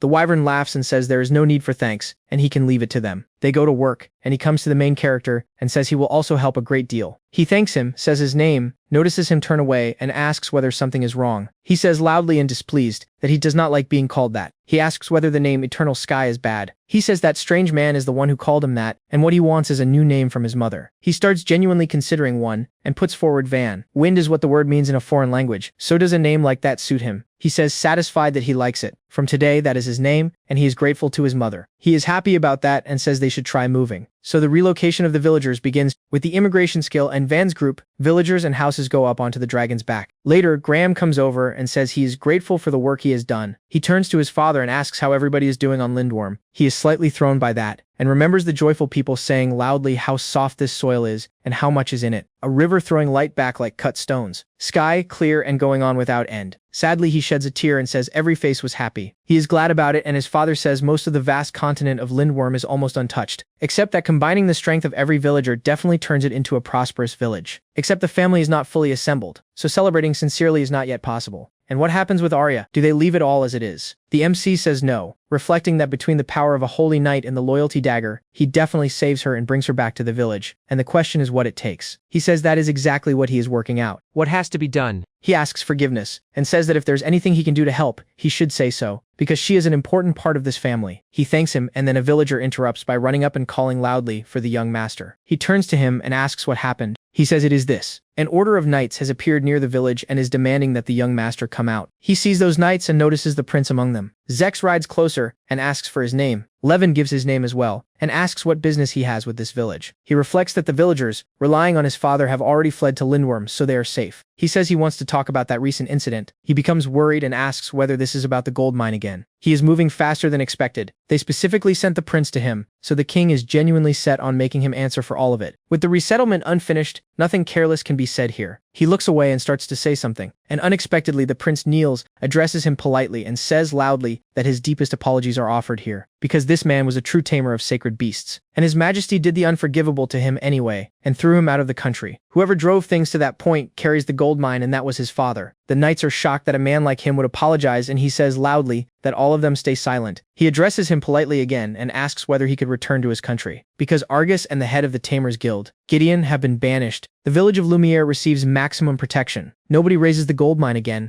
A title and a salary are guaranteed. The protagonist is startled by that, reflecting that he never once imagined conditions like those being offered to him. Accepting that offer means a complete reversal out of exile and into a major career. In the end, he bows to him and says he respectfully declines. He holds out a hand and says he is already on a new road, and this country has no future. Moreover, a reckless war got started off Arya's power, and King Dolka started it for his own gain. He meant to spend her until there was nothing left to spend. He has no desire to serve a man that incompetent. The knights are outraged and ask loudly and displeased whether he is insulting their king. It is true, and he has said far too much. Indeed, cursing him is not something any of them could even imagine. Then their faces switch to cheerful ones, and one of them pats him on the shoulder and asks whether he genuinely had the nerve to say that out loud. Zex, displeased, covers his face, agrees, and says that considering his father's actions, it is a natural response. Although could the two of them at least speak privately? He looks at the knights, worried, and the prince raises a hand and says he can calm down, because nothing bad is planned. The MC decides to trust him. They go to his house, and inside he asks whether this is his house. He says slightly nervous that it is his parents' house. He gathers his resolve, calls out to his highness, and says his answer does not change, whatever conditions get proposed. He turns to him. What our boy does not know is what this conversation was actually arranged for, because the prince is kneeling in front of him, asking loudly for him to destroy this country. He says, deeply worried, that if this continues, he obeys the king's orders and is forced to burn this village, in which case all that remains is asking him to destroy this country. He calls out loudly for his highness and asks him to come to his senses. He brings him coffee and says he hopes he likes it. He thanks him, drinks some, and says it happened when he turned 12. He remembers his past when he came into the throne room and asked his father whether he had called for him. Dolka said a basilisk had been threatening people lately. He goes and destroys it. Drake was startled by that and started to say something to his highness, and Zex agreed immediately. He handled those monsters quickly, came back to the castle, and the knights gathering around him were full of admiration. When he turned 15, the king said that as their representative he goes and congratulates the Pope on taking office. He also makes certain no mistakes happen. The knight beside him started to object, and he agreed to it immediately. Zex completed that task successfully, and on his return the knights praised him again, and that began to irritate his father. When he turned 18, Dolcus told him to take lands off a neighboring state. The prince was startled by that, and he asked whether that is not simple for him. He said that even so, the previous king had signed a friendship treaty with that neighbor. His father was indignant about it and said loudly that he should shut up because he is the king now. Still, he agreed to that task as well, and afterward, in a tavern, a soldier slammed his mug onto the table in indignation and said loudly that this is madness. Is this king even in his right mind? Reinforcements came and a knightly order came with them. So why does nobody here have combat experience? And why is it all newbies? Another knight told him to speak more quietly. He was still unhappy and said loudly that a lineup like that amounts to walking into defeat. Sending his own son into something like this looks deliberate. Zex said calmly that everything is fine because it means His Majesty holds high hopes for him. However reckless the order, turning his back on it is not available to him. If there is even the smallest chance of victory, he creates it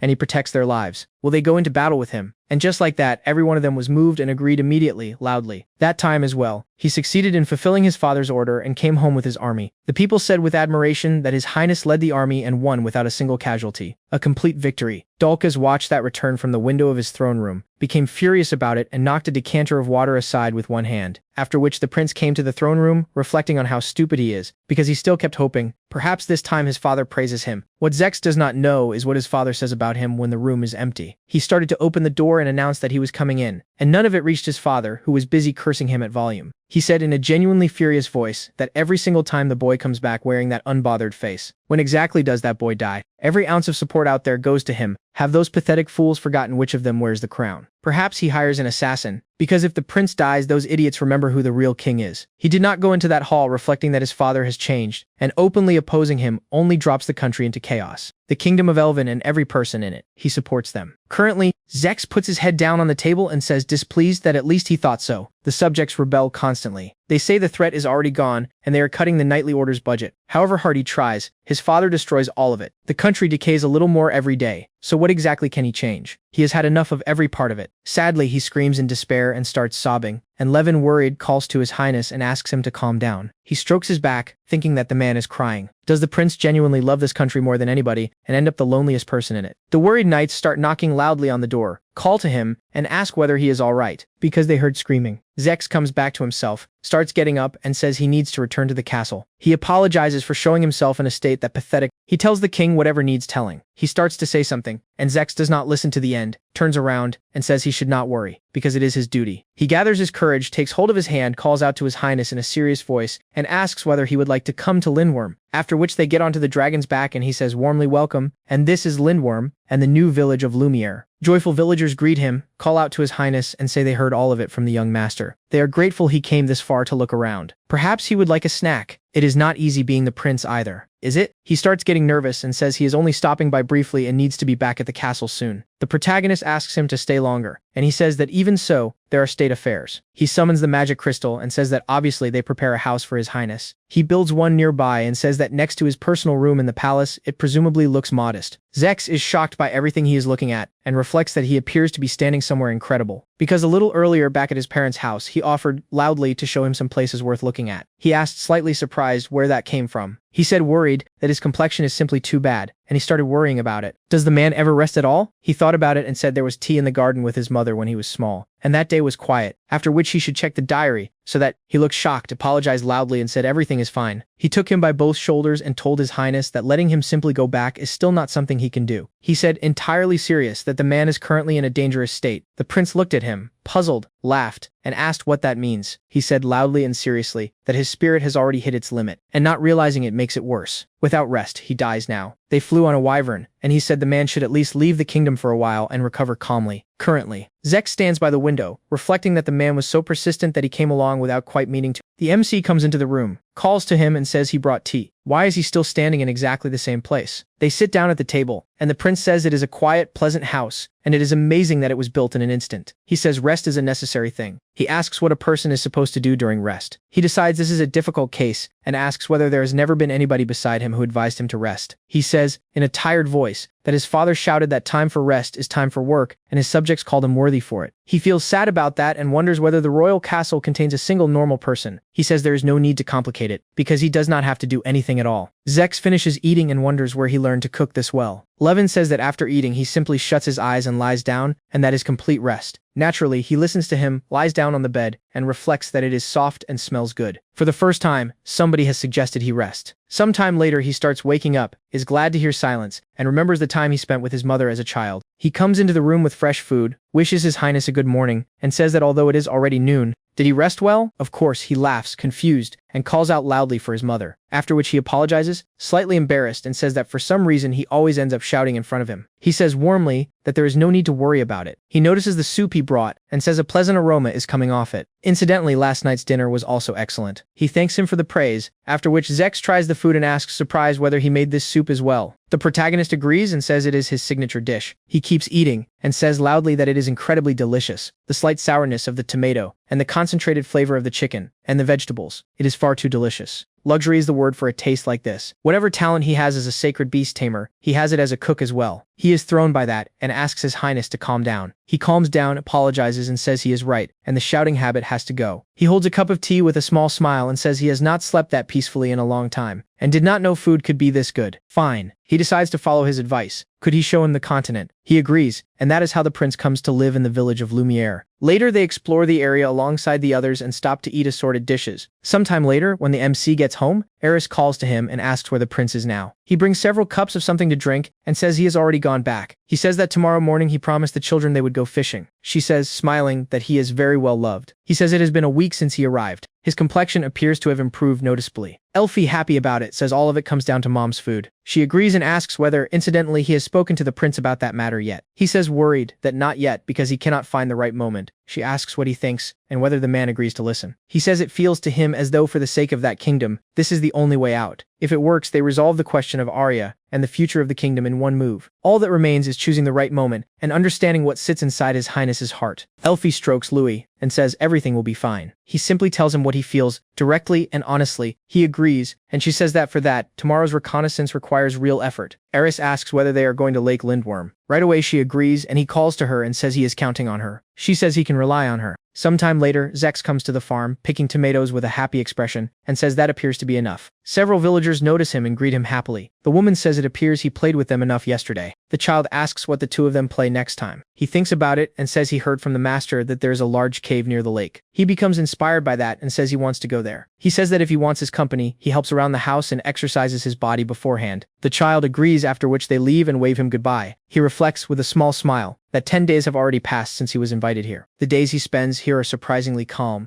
In the morning he sleeps until he wakes on his own, and in the evening everybody gathers noisily around a table. The villagers and the master. Every one of them keeps a respectful distance. This is a wonderful place, and he cannot stay here forever. Besides which, what does he put in his report to his father? The master was not brought home, and Lumiere has in practice slipped out of the kingdom's hands entirely. He falls into a rage again, and calming him down is always this man's job. Is everything supposed to be like this? Is this what a prince's duty is? He supports the country and the people. Except what is his role and what is the meaning of his existence? Later he is sitting by the river, and Levin comes to him and asks His Highness whether he could take a minute of his time. Zex turns to him and asks whether something is wrong. He looks back and says there is somebody he would like to introduce him to. Filma Mimes is with him and asks whether this must be the person. Indeed, that heart is terribly exhausted. She says his name, introduces herself, and says she is pleased to meet him. She is a fairy of healing, and healing people is what she loves. She creates pollen in front of his face and tells him to inhale it slowly. He asks, surprised, whether that is genuinely safe. The protagonist says it is a kind of incense, and he should not be shy about it. Luckily, he trusts it, breathes it in, and is startled by the effect. She asks with a small smile whether the effect appeared to work instantly. Zex says, surprised that he feels something strange, and breathing became easier, and his heart appears to be calming down. He asks whether the fog in his head is gone. Elfie happily agrees and says his life force is already in good condition. He agrees, surprised, and she says she is glad of it, which means their search was not wasted. The MC agrees and thanks them. The prince calls to him, surprised, and asks whether he genuinely brought her here for him. He agrees and says he made a contract with her. He asks why anybody would go that far. He says taking care of his body is natural, since he is necessary to the kingdom's future. He thinks about that and says it has always struck him as strange that he was told to rest. The way he has cared for him sincerely across all these days, he is deeply grateful for it. Except he is an exile who carries his home village on the back of a dragon. Going that far for him was never necessary. He says there is something he wants to tell him. Later, the two of them come to the ruins, and he says he is right and it genuinely is strange. He feels no attachment to that kingdom, and no regret about it. Zex, looking sad, says that is natural, given how they treated him. Levin turns to him and says that even so, if this were to become a future allied state, the conversation changes. The prince does not understand what he means, and he asks forgiveness for his insolence, and says the two of them need to talk now, because he intends to found a state here, on a dragon's back. There are vast lands here and there are people, and what he wants is a place where everybody lives in peace. He reflects entirely serious that this is what he has to do for the villagers, and for Arya. The prince says thoughtfully that if the land sits under the protection of a divine dragon, then it is possible. Except he destroyed a gold mine, so neighboring countries will be wary, and the risk of isolation runs high. He agrees, and says this is why they need at least one ally. A friendly power that recognizes them as equals. He is startled by that and asks worried whether he is genuinely talking about the kingdom of Elven. Father would never agree. He says entirely serious that he does not need King Dolkas. His Highness takes the throne, and it is time the current king stepped down. He changes that kingdom, and Lindworm becomes a state. For the sake of goals they share, would he be willing to form an alliance? Zex asks, confused. Overthrow his own father and take the throne himself. The protagonist says precisely, because he is dissatisfied with the state of that country himself. The prince reflects that, genuinely continuing like this leaves their kingdom with no future. He acknowledges that is true, and if he, the king's son, raises a banner, it is rebellion. And what a terrible wound a betrayal like that leaves behind in a country. Better then to wait until his father lives out his days peacefully. The protagonist closes both fists, thinking, no, this is simply an excuse. For the country, for the people. He says out loud that starting a conflict by force is not necessary. Does he genuinely believe the country holds even its appearance together until that day arrives? In the end, the prince thinks about it deeply and mutters something. What neither of them knows is that somebody has been listening from the trees, because Philmimes appears in front of them, looks at them and shouts, well, there it is. Both of them are wearing terrifying faces. The MC says her name, surprised. The girl adds, taking the prince's arm, and anyway, he said himself that Zex needed a good rest today. Did he not?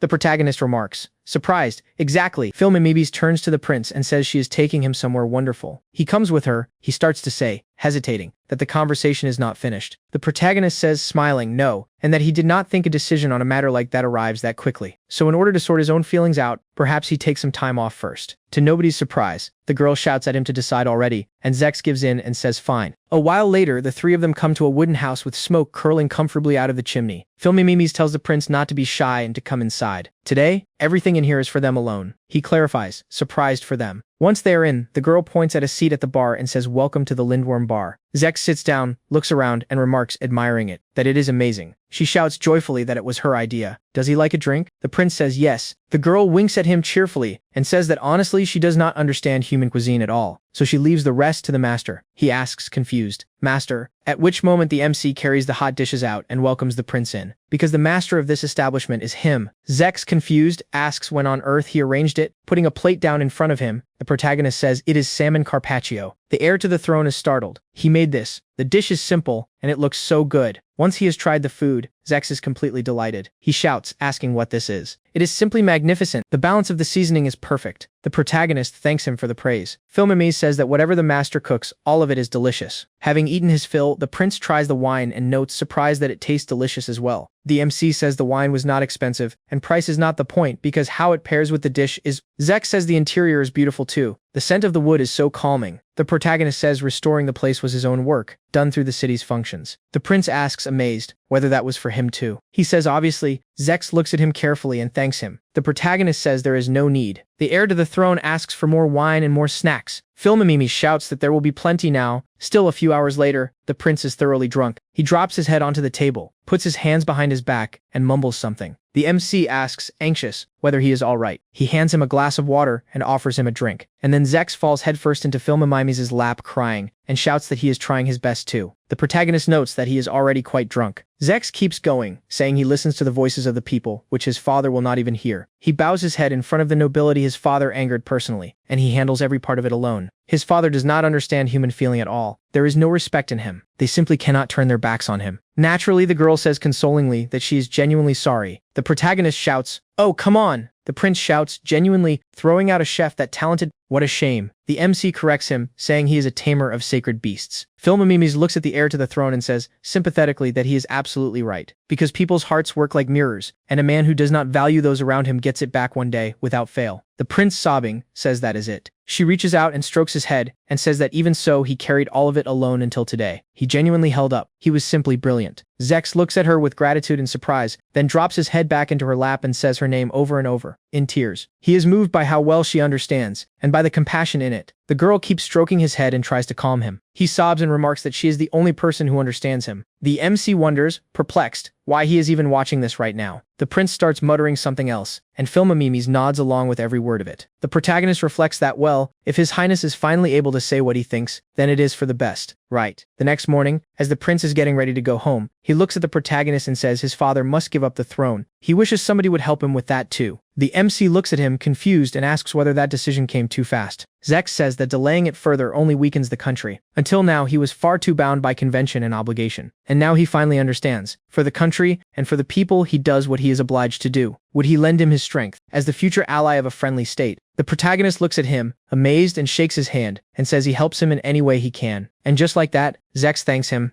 The protagonist gets straight to the point. He has an idea, and he would very much like an opinion on it from the heir to the throne. Can he lay it out right now? The prince says, surprised, yes, obviously, although perhaps not here. Right away, he turns away from him. The MC asks, anxious, what happened and what is wrong. Zex turns back to him abruptly and whispers in his ear, asking whether the bar is open today as well. Sometime later, Filmamis happily greets the prince at that bar. He waves at her, smiling. Once the allies are sitting at the table, Zex tells the protagonist he can lay the plan out now. Once the idea is voiced, he and the prince work the entire thing through carefully. A few days later, the protagonist tells Eris, well then, he is off. She asks whether he is genuinely going to Elvin's palace alone. The MC says yes, and he is going to meet King Dolcus. Eris looks puzzled. She heard about the plan and she is still worried. What if something terrible happens to him again? The protagonist assures the girl that everything will be fine. His familiars tell him to lean on them if anything happens. If the worst arrives, every one of them comes running and gives that king a proper beating. He smiles and notes that, besides which, they hold an ally as reliable as the prince. He is certain all of it goes well. Mounting his dragon, he thinks about Zex. He is counting on him. A while later, he flies up to the king's palace. Coming down, he approaches that majestic structure and looks at it. He never thought he would have to come back here. Memories arrive on the protagonist. The day he summoned a small egg and was called a failure with contempt and mocked in front of a crowd. And King Dolcus called Elfie, who was still only an egg, garbage. Sadly, those memories put his fists together, at which moment Elfie, sitting on his shoulder, touches his cheek gently with her nose, as though reassuring him. The protagonist smiles, pets the familiar, and says it has been a long time since he saw her like this. Their first meeting arrives in his head immediately.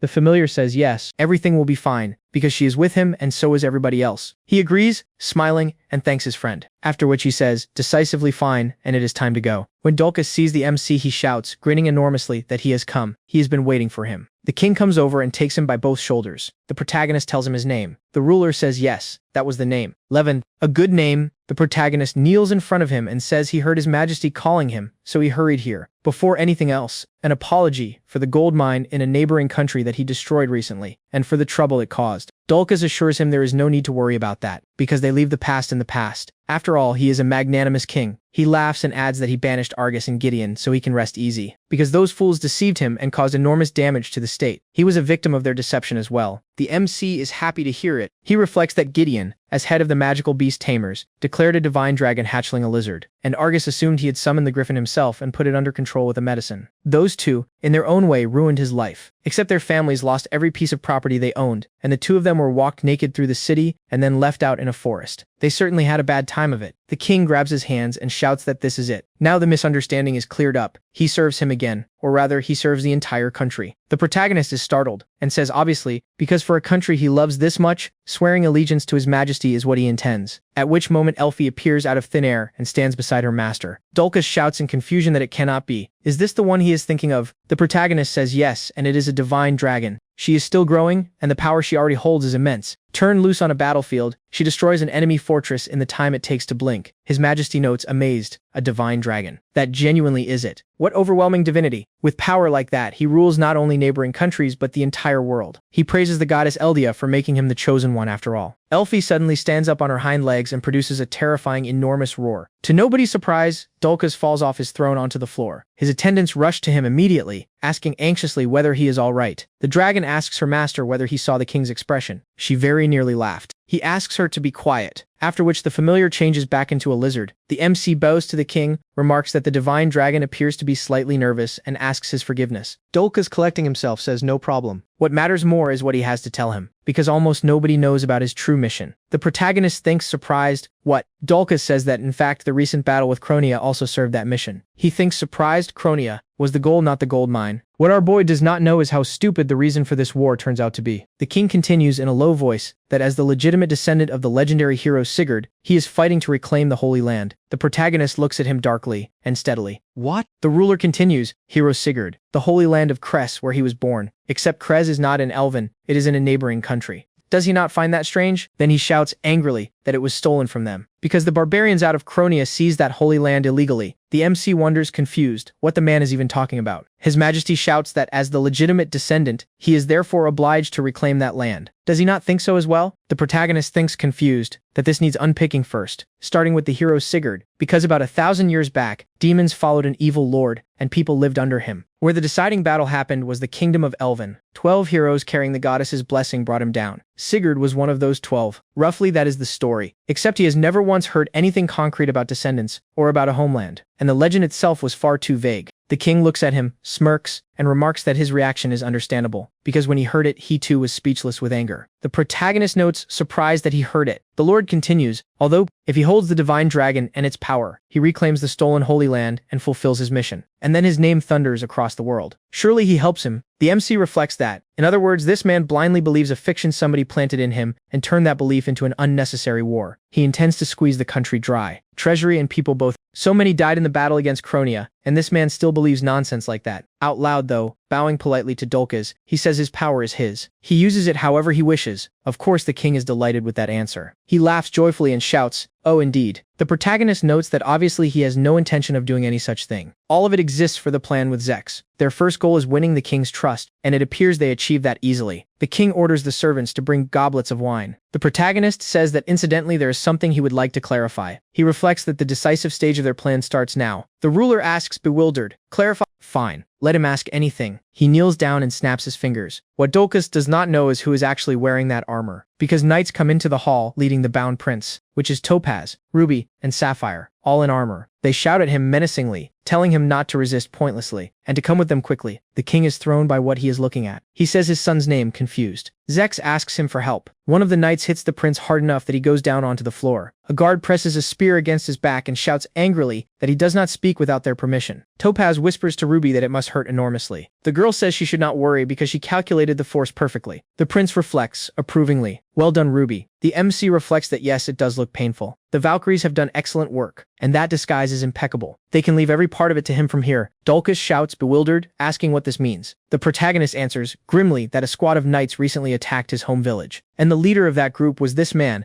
Zex Noah Elvin. He took his family, put their lives on the table, and made obedience the only option. The order was that he return to the palace at once. He did not wait for an answer, and trampled the fields and burned houses across the entire village. The village where he grew up no longer exists. Still, the king hesitates, unsure how to react to any of it. The protagonist continues and says the prince also said this. All of it was an order from his highness. Dolkas shouts in fear. "What?" He repeats it. It was his order. The ruler shouts at him not to talk nonsense. Because why would he ever give an order that vile? The people are the country's treasure. Oppressing them is the single most stupid act there is. The MC says thoughtfully that he understands. So the attack happened without his knowledge. The king shouts obviously. The protagonist thinks for a moment and then says he understands. That is what he thought. So it was simply a pathetic lie to dodge responsibility. Dolkas nods and says exactly. He cannot even believe that scoundrel is his son. The MC remembers the prince's words, yes. Family and homeland mattered more to him than his own life, which is exactly why he could not forgive his father. He says out loud that he has a request. The ruler, stammering with fear, says very well, and if it is within his power, he can ask for anything. The protagonist looks steadily at the king and says he asks for the execution of his son, Zex. The king is dumbfounded by that request and looks at the two of them in turn, confused. Every knight in that hall simply gasps. The prince, bound on the floor, keeps his eyes steady on his father's. The king's henchmen come at him with insults. He is an insolent creature. He should know his place. This is unheard of insolence. He takes those words back immediately. They get him out of here right now. Luckily, the ruler shouts at them to wait. Everybody stares at him in amazement. Dolkaz looks at the protagonist and says he understands. Sometime later, the shocking news of the prince's execution crosses the country in an instant. The kingdom erupts. Within days, protests against the king are running around the clock. And a few days later, His Majesty cancels the execution. In the end, the allies celebrate their victory at the bar. Zex says, grimly, that after all of that, his father cancelled it. The MC says he expected that, and the man looks ridiculously pathetic, because after that, trust in him collapsed completely. He reflects that, although there was almost none of it there to begin with. The prince mentions the man he supposedly took under his wing. Canceling the execution changed nothing, and the anger about how hastily he tried to save himself, and about long years of misrule, stayed exactly where it was. Sparks that have been building this whole time keep smoldering across that country for a long time. Raising his mug, he asks, smiling, whether the first stage of the operation counts as a success. The protagonist says yes, and all of it is going surprisingly smoothly. He turns to his beasts and thanks every one of them for the assistance. Sapphire shouts that it was nothing, because she and Topaz were simply standing beside each other. Topaz notes, laughing, that the king's face kept changing in the most amusing ways. Zex adds, laughing, that incidentally that blow was quite good. Ruby shouts, alarmed, asking whether he tried to hold back at all. The prince says, laughing, yes, and that he is joking. The MC thinks about it, because their operation exists to force Dolkaz into a fatal error. A great many factions benefit from an incompetent king staying on that throne, and suppressing their resistance requires precisely that error from His Majesty. The execution of a prince the people love, the collapse of state finances from a reckless war. They make him accumulate so many mistakes that escaping them stops being possible, and they build a situation in which even the royal nobility cannot protect him. The moment that king is left completely isolated is their chance. They pull him off the throne and put Zex on it. Iris says that even so, it is surprising anybody allowed Zex to be handed into the protagonist's care. He says he simply asked, and permission was granted immediately. True, thanks to that, people in the palace now look at him as though they would like to put holes in him with their eyes. Naturally, the prince notes that a great many of his own people were in there. He is worried about his safety. What if some fervent supporter of the prince decides to stab him?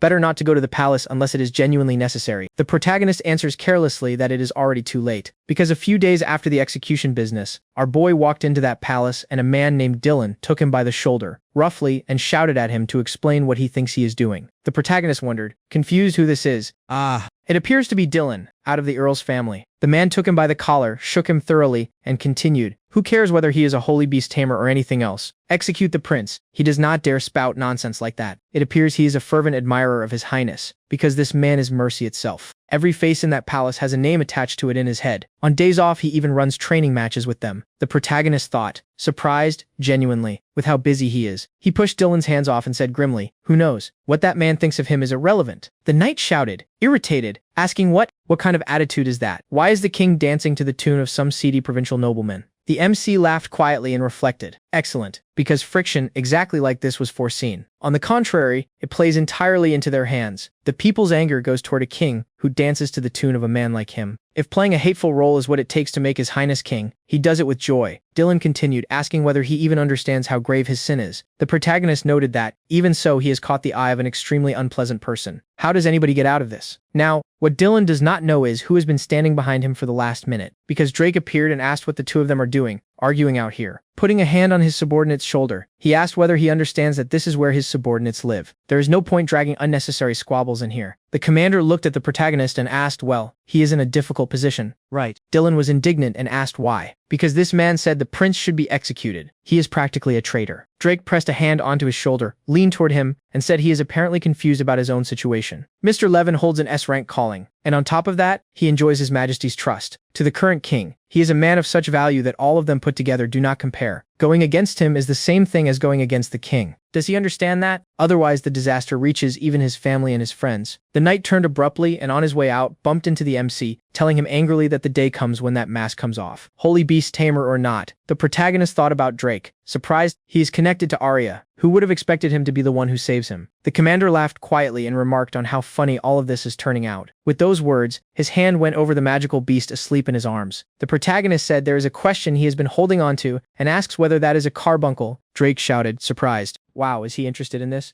Because this genuinely is a fantastic beast, worthy of a holy beast tamer's attention. The MC remarked, surprised that it is the first time he has seen a real one. Where did he find it? The commander said he bought it off a foreign merchant. The protagonist reflected that a species like that is not supposed to bond with anybody, and the thing in his arms looks entirely at ease. Is there something about Drake that animals simply take to? No, trusting this man is still not on the table, and here's the reason. because behind that man is Arya. He wondered why she is permanently at his back. Drake followed that gaze and said, "Oh, right." Incidentally, he never introduced her. Presenting the girl, he said, "This is Arya. She is officially his fiancée now." The protagonist stared at the girl. Surprised, she looked down. The commander continued, saying the two of them appeared to be childhood friends. Perhaps they have something to talk about? Arya answered quietly, "No." She silently begged the MC not to look at her like that. She did not want him seeing her this way. Drake continued, saying they had no time on the battlefield last time. The protagonist apologized sheepishly for the noise and asked to be excused, and just like that, he turned to leave. Drake said to Arya that she is cold though. The protagonist, walking away, reflected that as long as the loyalty dagger exists, there is nothing he can do. Except sooner or later he definitely frees her. Sometime later, he tells the prince what happened. Zex says the name slowly. Drake Remeria Langren. Yes, exactly as he thought, the main obstacle to a rebellion right now is precisely him. Of course, the MC noticed correctly. The prince continues, saying the ducal house of Langran, Drake's house, holds more land than anybody in this country and keeps a powerful knightly order running. The Order of the Black Lion. It holds the strongest fighters, and equipment and resources are more than sufficient. Combined with the Palace Knights, they account for almost 60% of this country's entire military force. Moreover, for reasons nobody has explained, his father trusts them immensely. Politically, the position they sit in is extremely strong. The protagonist says even more so than His Majesty's own son. Zex notes that hearing somebody else say it out loud makes it especially painful. Laughing, he shouts, "Actually, yes. He has no troops. He has no power. His father trusts him with nothing, because his own father hates him." Sadly, the protagonist apologizes. The prince continues calmer, and says that by now he, the MC, has earned the king's trust no less than Lord Drake has. After all, he holds the legendary Divine Dragon, which means the man is itching to start a war.